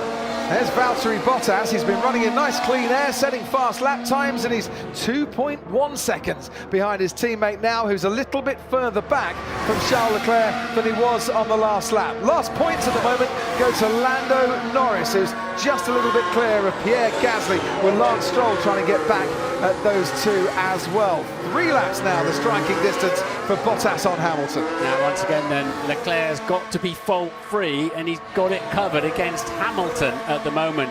Any mistake, and Lewis is ready to pounce. Valtteri Bottas then ever closer. And at race control. Yeah, so Leclerc's just had a word from his engineer saying no moving under braking. Hamilton behind with DRS. No moving under braking, turn 4. No moving under braking for turn 4. I don't move. Well, you did. You did. You moved a bit too much, maybe, in the opinion of the stewards, who just want to send the warning through. Might be the same colour as a London bus, but it's not as wide, Charles. But in his hands, he's making it wide. But that's the only response he can give. And turn 4, it's fair enough. You know, he's been right on the edge with his driving, right on the edge, Leclerc. But he's trying to win the Italian Grand Prix for Ferrari. 10 seconds was the gap, by the way, between Valtteri Bottas and Charles Leclerc when the virtual safety car was out on lap 30. And the gap between Leclerc and Bottas at the moment is under 3 seconds. Bottas is gaining on his teammate. Will soon have DRS on his teammate as well, and won't have the power deficiency going down the main straight that Lewis Hamilton's had to the Ferrari. So Bottas' tyres 8 laps younger than his teammate Hamilton's, and 7 laps younger than Leclerc's, and this is going to be very interesting indeed. Very, very interesting indeed as to what Mercedes are going to do now if Lewis is running out of tyres, having worked so hard in the slipstream of that Ferrari. Surely, Ted Kravitz, Mercedes' best chance of winning this race is to let Valtteri Bottas past his teammate. Yeah, try telling that to Lewis Hamilton. Good luck with that. I thought you might like to. You're nearer. No, Just a quick one. Yeah, so Lewis either cooling down his tyres or taking a breather. Maybe. Oh, is that a nope. Race control? Well, it's Carlos Sainz. His unsafe release will be investigated after the race. Okay. No surprise. So the info I have from Mercedes is that Lewis has not been given the turn it up to 11 engine settings that he asked for. So they're keeping it on plan as at the moment. Just a quick one on the midfield. Hulkenberg now put in the shade by Ricciardo, really. Hulkenberg was unlucky with the virtual safety car, pitted after it, so didn't get the advantage of others pitting under the virtual safety car, namely Sergio Perez, 7th. You mentioned it, Crofty. Yeah. Can I just remind you, from the back of the grid, he did pit under the virtual safety car. Worked out brilliantly. Started 18th, now 7th. Max Verstappen's ahead of Giovinazzi as well. Oh, lock up from Lewis Hamilton, goes on into the runoff area at that It's first going to cost him chicane. second. Well, they're already cheering in the grandstands for that one, and it has cost him second. Lewis Hamilton, after putting the pressure on Charles Leclerc to make mistakes, has now made one himself, and he goes on at the first chicane, and Valtteri Bottas takes second place. And that gives Bottas a great chance of having a crack at winning this Grand Prix. So Lewis then beginning to run out of tyres a little bit. Obviously, it's not just about going around the corners. You lean heavily on your front tyres under braking. And this was Hamilton. Just a little snatch of the left front. So it's not, I don't think he'll have too many bad vibrations from that. But he a bit of cadence braking, he got off it, realised he wasn't going to make the chicane, bailed out of it. I wouldn't be cheering. I don't think that's a cheering moment for Ferrari. I really don't. I think that releases Valtteri Bottas into a very handy position there on his fresher tyres. Well, it means Mercedes don't need to make the decision now, do we let Bottas past or not? And the one with the better tyres, the fresher tyres, is now the one taking up the challenge again. So hunt him down. There's 12 laps to go. And he has nothing to lose in the championship, really, here, Valtteri Bottas, to make a bid for glory and maybe win the Italian Grand Prix. That's Lance Stroll being passed by the two Mercedes. Stroll down in 12th place at the moment after he was hit by Sebastian Vettel in the opening stages. Vettel had a spin at the Ascari chicane, rejoined the track and made contact with Stroll, sent him into a spin. Stroll came on the track, put Pierre Gasly onto the gravel, and both Stroll and Vettel picked up penalties as a result. And is that Sebastian Vettel coming into the pits for another set of tyres? But if they're making a bid for the fastest lap of the race with that man, he's going to have to try and get into the top 10. And at the moment, he's down in 15th place.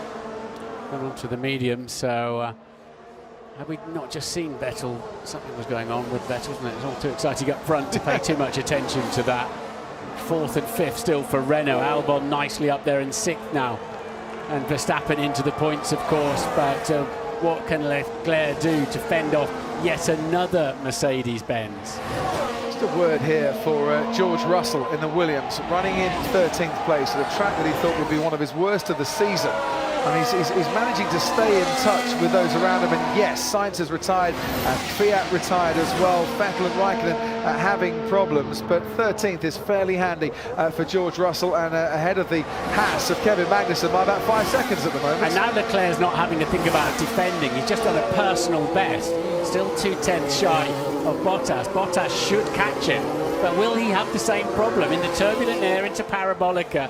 If Leclerc can, and in those hard compound tyres, should last until Singapore in the next race. But if Valtteri Bottas wants to make that claim for Valtteri version 2.0, the new Valtteri, the attacking hard Valtteri Bottas that's not going to take anything lying down, now's his moment. Yeah, I've got nothing left in his tyres. Might see Hamilton, if he's accepting 3rd place there, pitting to try and set the fastest lap of this race, because he's got enough in hand. He's leading the World Championship after all by 65 points going into this race, was Lewis Hamilton. So it's really now about how Bottas can use the extra grip. Has he got the speed? Has he got the confidence? Can he do anything down the pit straight with a better exit? Can he put Leclerc under ever more pressure? I mean, I don't know if Charles Leclerc knows what the word pressure means, frankly. He's coped with it very, very well indeed this afternoon. We are on lap 44 of 53, make that lap 45 of 53. Valtteri Bottas is gaining, Martin, but he's running out of laps here, and he might need to find half a second in the next 3 laps to get the DRS assistance and then to really start to make a challenge. You're on the podium asking interviews, or down in Parc Ferme asking interviews today, aren't you? I'm terrified. I've got to walk through a tunnel to get there, and I'm going to miss the moment, aren't I? If there is one. Well, I'll keep the noise level up, and hopefully you can hear me over the Tifosi, who are ready to celebrate here. Charles Leclerc on the verge of a 2nd win, and what a win that would be for Ferrari at their home track. Valtteri leaving plenty of space to the outside of the track there on turn into the 2nd chicane. Like he's got lots of grip. Whether he's wringing its neck quite hard enough at the moment is another matter. Sergio Perez. We are looking at options. Your pit window behind is clear. For a World Championship point for fastest lap. You could be right on that one. Max Verstappen has gained on Sergio Perez. He is right on Sergio Perez's tail now in the battle for 7th place. Blisters on the right front there. On the inside, the tyres lean in at 3.5 degrees. So that's why the inside of the tyre takes the most punishment. And Lewis's front tyre is looking particularly nasty there. And Bottas is now within DRS range. Joe, getting very, very close to it. As Kevin Magnussen retires from the race, joins Danny Kvyat and Carlos Sainz retiring early.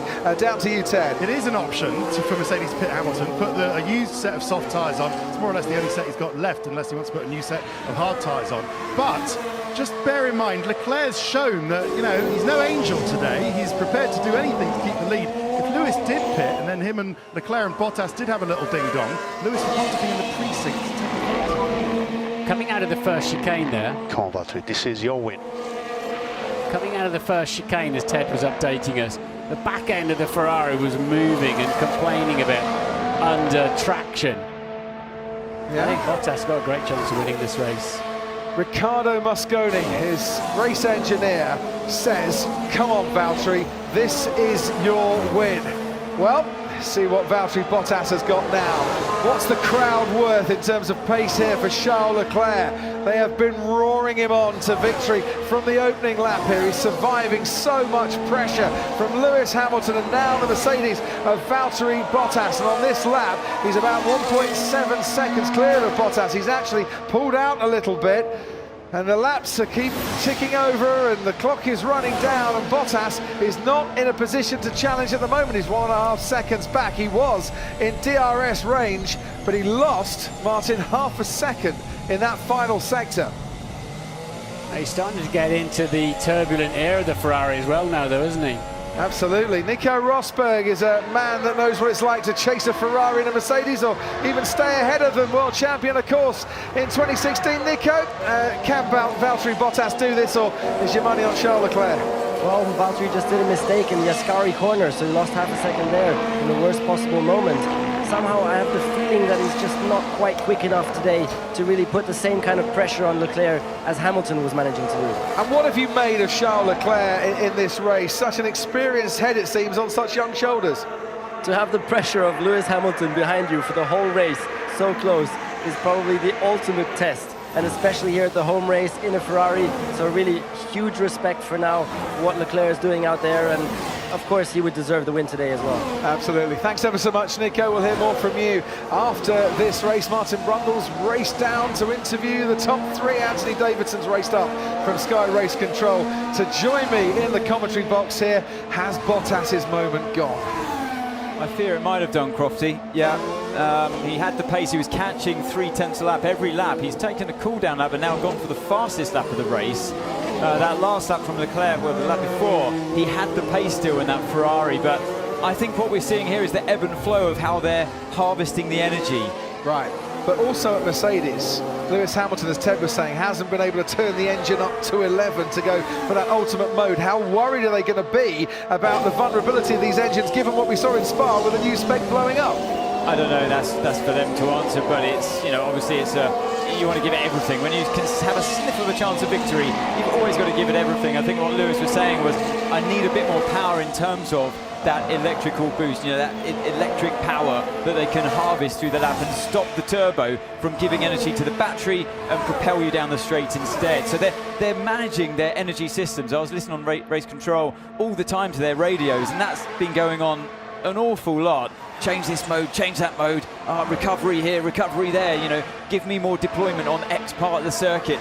That's what's this. It's a huge game that they're playing behind the cockpit whilst travelling at almost 300 miles an hour at points. And as we watch the leading two, the games still continue. For 7th at the moment, Verstappen right on Perez's tail, only half a second between those two. And Alex Albon is now under 2 seconds behind Nico Hülkenberg as he chases down the Renault, and Valtteri Bottas sets another new fastest lap of the race. 1:23.1 on that last lap. Bottas, though, has gained a couple of tenths on Charles Leclerc, but Leclerc now starts down that main straight to extend his advantage again. It's like one big giant high-speed accordion, pulling out and then concertinaing back in. I think for a while, because Valtteri's on that medium tyre, for a while they were fresher, so he had the speed, but now what you're seeing is the longevity of the harder tyres start to kick in favour of Charles Leclerc. And he's had to survive a couple of virtual safety cars where the tyres cooled down as well. He's done it superb. Your driver of the day at the moment, nearly a third of you thinking it's Charles Leclerc, and to be honest, that doesn't surprise me at all. Verstappen, don't discount what Verstappen's done today, moving from the 19th on the grid all the way up to 8th, and he's still giving Sergio Perez a bit of a headache between now and the checkered flag as he tries for 7th. Daniel Ricciardo currently running in 4th, which will be his first top 5 finish since he went to the Renault team. And Renault, with Nico Hülkenberg finishing 5th as it stands at the moment, will definitely celebrate a very good afternoon here at Monza. Yeah, you know, lots of drivers driven a good race today. I do feel like Charles Leclerc has stood his ground against one of the best in the business, and that's impressive. It is. Ted, down to you. I can see Mercedes mechanics coming out in the pit lane, so I think Hamilton has been given the option. He can see that maybe he doesn't need to take advantage, that maybe Bottas won't be able to get Leclerc just yet, and he's coming in. He's going to put on some soft tyres and go for the fastest lap. Well, at the moment, by finishing behind his teammates in 3rd, Lewis Hamilton would lose 3 points in his 65-point championship lead, and he might get one of them back again, so it would just be a 2-point swing. All in all, as we're going into the final third of the season after this, that's not a bad result for the championship leader. Oh, that was a bit of a mistake there from Slide, wasn't it? Yeah, sliding the rear of the car into turn 5 there. And it's little moments like that, Crofty, when you're behind the wheel, say that hard charging Valtteri Bottas at this stage, you see moments like that and you think, a chink in the armour, and you put your foot down and try a bit harder. So you think, if he's pressured there, maybe I can pressure him again. He's got the DRS this time on the run up the hill. On the team radio, every single lap into here, they're reminding Charles the distance behind the car behind. This has been one of those races where the lead has been tantalisingly close to changing, and you don't want to call anything before you see the checkered flag. That is the Drivers' Championship as it stands at the moment. Bottas has got the fastest lap, but his teammate's going for it, and I tell you what, Bottas is now in a position to really go for it down the main straight, because he is that much closer to Charles Leclerc. The gap was 1.6 seconds, it's now half a second, and he's got DRS as well. Will Valtteri Bottas be able to go for it into this chicane? No, but what he needs now is to avoid blocking up in the way that he did. He just needed a good exit out of that chicane, and then the chance was there into the next braking zone, and it has disappeared from him. I was just about to say, come on Valtteri, show us some fire, and brakes a little bit too late. He's clearly struggling with those medium tyres, just fading away from him at this stage in the race, and I think Charles has got it covered. That was Valtteri Bottas's potential opportunity. It's not easy to stop a car from 215 miles an hour to about 80 miles an hour in the space of 100 metres, and there you can see. And this would have been, don't forget, his first time really braking in the tricky zone where you're in the turbulent air of the car in front, and I think that's how a lot of people were feeling at that stage as you see that chance slip away. But look, you have to give it to Charles, really. He's driven a phenomenal race, and he's got the crowd behind him. I mean, you can see them them cheering already.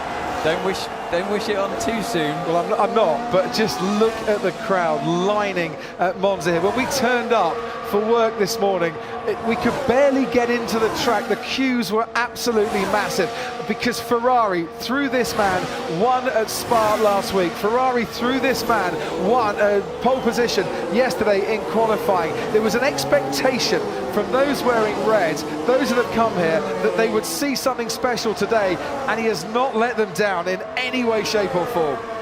It's what Ferrari needed, Crofty. He's young, he's feisty, as we're watching riding on board Lewis Hamilton on that fastest lap coming up, fastest middle sector at least.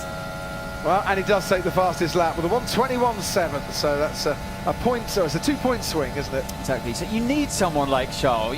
That's what they've been missing, just someone young and fight, doesn't care about the rules. He's just going to go for it and just forget about all that pressure. He's not overthinking it, and I think that's what Ferrari have been missing for a little while.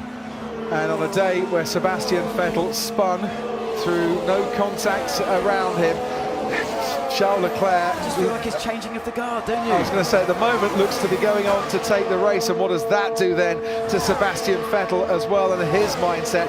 He knows he's in a battle at Ferrari with this man, and he knows that Charles Leclerc is not one to be pushed aside easily. Rounds the parabolica then to start his final lap in this race, and you can bet your bottom dollar that no one is going to be sat down at all as they make their way around 3.6 more miles. Let's look at the list. Ascari, Phil Hill, Surtees, Scarfiotti, Regazzoni, Scheckter, Berger, Schumacher, Barrichello, Alonso. Ferrari drivers that have won here at Monza. And this man, Charles Leclerc, is about to add his name to that list, and that means something. He's got one more tricky braking zone coming up. That's it on this lap into the second chicane. He navigates that Ferrari through well. Overtakers available. Bottas has been given the power, he's been given the tools to chase after Charles Leclerc, but he is a bit too far back. Leclerc, who won in Spa, of course, last week, and might join this list. Bruce McLaren, Nigel Mansell, Damon Hill, Mika Häkkinen and Lewis Hamilton, drivers in the World Championship, who won their first 2 Grand Prix back-to-back. Have a listen to that. They rise through the Ascari chicane. Ascari, the legend that of course won here for Ferrari, and they rise to Charles Leclerc. He can see the celebration starting. He's got one more corner, the famous parabolica to go. Mercedes threw everything at him today. Charles Leclerc has coped brilliantly. He won in Spa, he wins in Monza. Charles Leclerc is the winner of the 2019 Italian Grand Prix. How about that? Valtteri Bottas comes home to finish second as the cheers and the celebrations begin in the Ferrari garage. Lewis Hamilton picks up the fastest lap, but it is only third for him. Busts the championship lead. He loses 2 points and he won't mind a dot about that. Well done to Renault, Daniel Ricciardo and Nico Hülkenberg with their best performance in many a long year, finishing 4th and 5th. You've done it. Yes! Yes! Yes!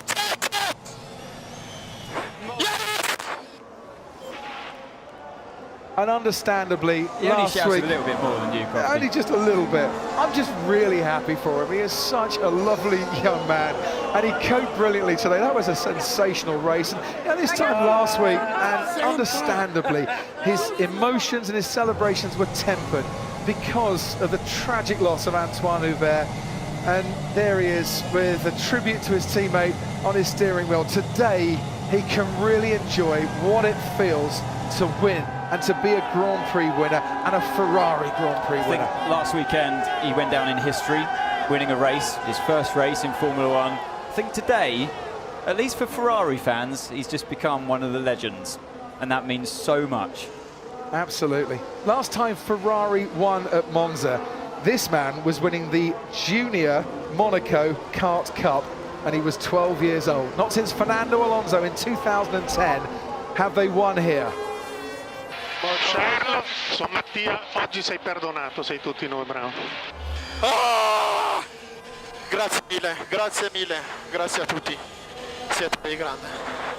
Mamma mia, mamma mia. Non ci sono parole. Grazie per tutto.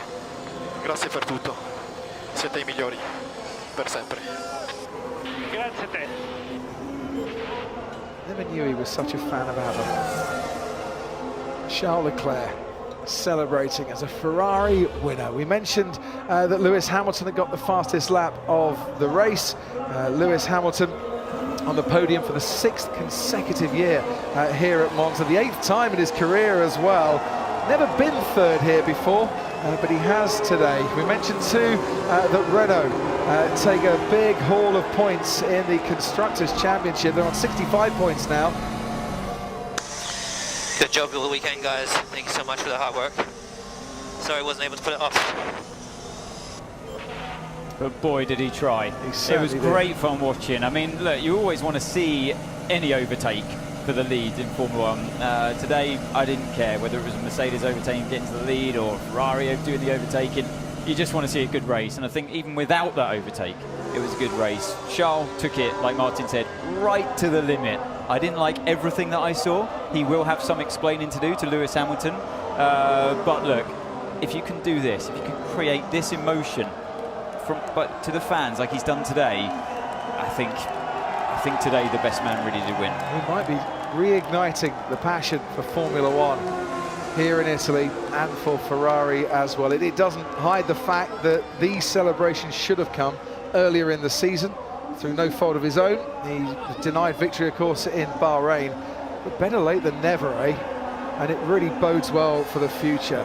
And I think, look, this was a circuit, as was Spa last weekend. Mercedes are on damage limitation, and Ferrari needed to do what they did there and here. And if you're Sebastian Vettel watching on, I mean, you'd be happy for your team, but it must hurt. He's not watching. He is not watching. He's actually bent over putting his steering wheel back in, and that's probably quite good for him as Charles Leclerc comes in. As I say, Renault 65 points in the Constructors' Championship. McLaren in 4th now, 83 points. They scored with Lando Norris today. He finished 10th in the end. Antonio Giovinazzi, 9th, Italian point scorer there. His best finish in Formula One. Verstappen came home to finish 8th behind Sergio Perez. Alex Albon couldn't quite get past Hülkenberg. He had to take 6th. George Russell in the Williams finished 14th in the end. We lost Sainz, Kvyat and Magnussen as retirements in this race. A handshake and a well done by the two Mercedes drivers.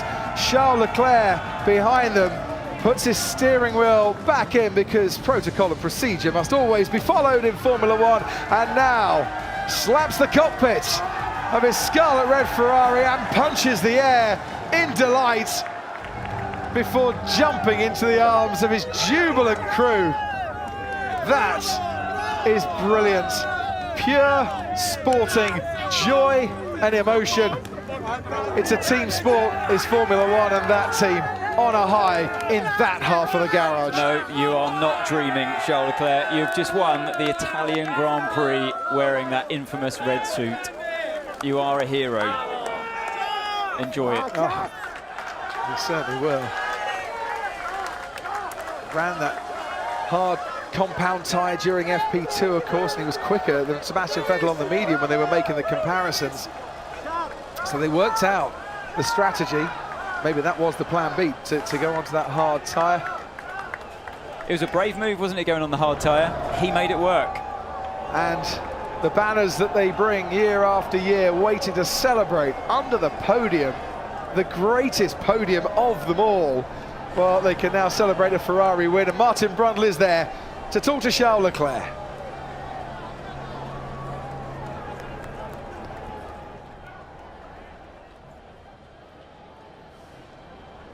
Oh my goodness, Charles, what a brilliant drive. That will go down in Ferrari legend. Fantastic, well done. Oh, thank you so much. What a race. I've never been so tired. Obviously, can I speak in Italian? Because of course. Sì, è stata una gara difficilissima, perché ovviamente mi teneva tanto per me di far bene qua, per il team, per tutti I tifosi, e vincere qua è solamente un sogno. Lo era già settimana scorsa per la prima vittoria, ma penso che in termini di emozioni vincere qua è 10 volte di più, dunque grazie a tutti e non c'ho parole. Mercedes-Benz, the great Mercedes-Benz team, threw everything at you, 2 against 1, and you didn't succumb to the pressure. Yeah, I did a few mistakes, but at the end I finished first, so yeah, very happy with this, but I need to be careful with the mistakes, but obviously none of them were made me lost position today. Well done, brilliant race. Valtteri, the fresh tyres at the end look quite good, but not quite enough to pass young Charles. Yeah, I think we had a good strategy with me, and yeah, I could go pretty long in the first stint, and that opened up some opportunities at the end, but I'm gutted, you know. I was trying everything I could to get him, and there was no way past. So always when I was getting close enough, I started to have front locking because of the lack of downforce, and they're so quick in the straights as well. But I tried. I think it's the best we could do today. He was very strong off Parabolica the last corner, wasn't he? And then down the straight, so difficult to overtake. Yeah, it was really difficult for sure. Trying everything we could with the engine modes and everything, but not quite enough. But yeah, we move on. 3rd consecutive podium here. Maybe not the place you wanted to be. Thank you very much, Valtteri. Lewis, wow, what a dice, what a battle that was. Got a bit fruity in places. Fruity? Right, a little bit close. His elbows are coming out here and there. What would be your word? Yeah, it was great. You know, he did a great job. Congratulations to Ferrari and to Charles. He did a great job. A lot of pressure from both Valtteri and I. I did the best I could. I think, obviously, following so closely for such a long time, tyres eventually just went off the cliff. But nonetheless, they were just quicker today, much quicker in the straight line. So even if we did get close, we couldn't pass. So not our day, but still strong points for the team. We pull away from Ferrari in the Constructors' Championship, and ultimately that's what really matters. And you must be homing in now on your 6th title. It must be starting to come into range in your mind. Honestly, just trying to do better each race. I'm not really focused on that at the moment, but of course, healthier lead than I've been in the past, so obviously I'm grateful for that. But today wasn't a perfect race. I think this weekend, some improvements are going to be made to my setup and obviously within myself, so we'll focus on that for the next race. Okay, thank you. They're waiting for you on the amazing podium here at Monza. Well, Mercedes knew that Ferrari would be strong in Spa and strong in Monza.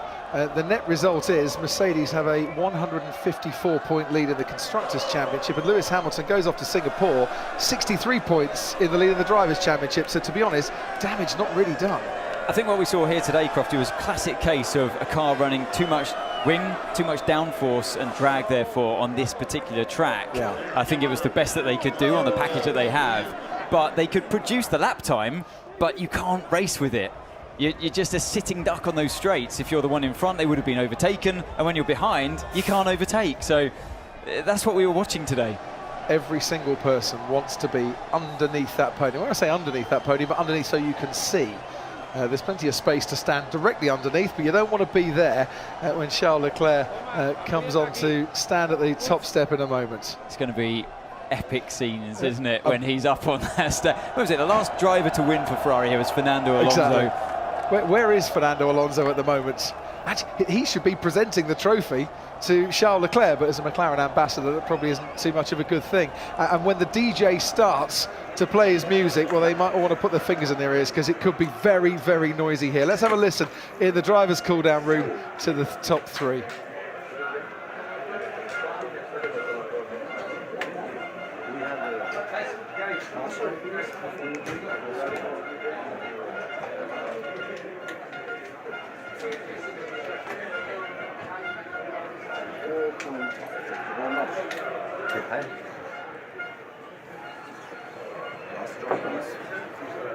You were way down.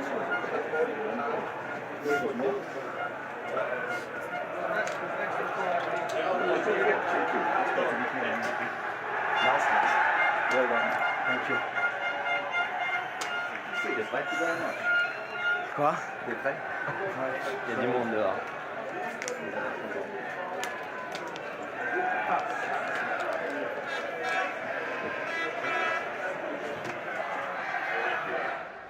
I did suggest that Fernando Alonso might like to present the trophy. I've just been sent a message. Thank you very much, Charlotte at McLaren. It says Fernando has left the track. I was going to say he's probably on a plane home already as a joke, but seems it's true. It's like Elvis has left the building. Fernando has left the track. Shame, really. He'd have enjoyed all this, I'm sure. The one man who might not be enjoying all this, of course, is Sebastian Vettel, who's now been overtaken in the Drivers' Championship by his teammate. And whilst everything that could go wrong did go wrong for Seb, it went right in the end for Charles. Exactly. I mean, I was watching it on board. We'll look at it later, surely, on the SkyPad. And he clipped that curb on the inside of the Ascari chicane and it sent the car spinning. Yeah, it's a day to forget for Sebastian Vettel, and it's so painful having to stand in his team photo, and it's such a great emotional day, and it wasn't you that it was all about, it was your teammate. I'm not sure it's a day he will be able to forget for quite a while, to be honest. Out onto the podium then comes Lewis Hamilton, who knows what it's like to stand on the podium at Monza, but not on third spot, because he's never finished third here before. Valtteri Bottas, for the third year in a row, and still without winning, takes his place in the runners-up spot. And have a listen to this. Here comes Charles Leclerc.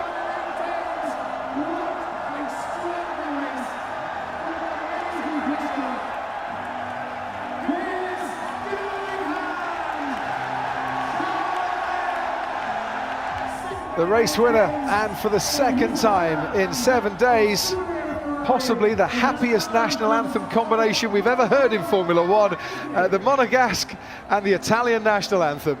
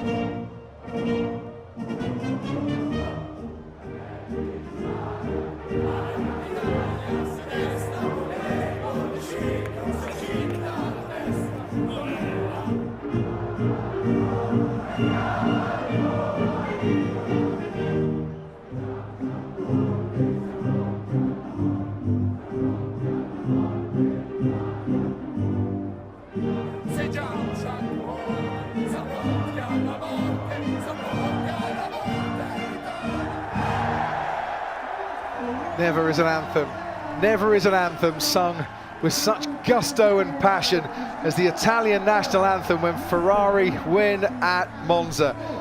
And still the crowd pour onto the track to be part of these celebrations that they've waited so long for.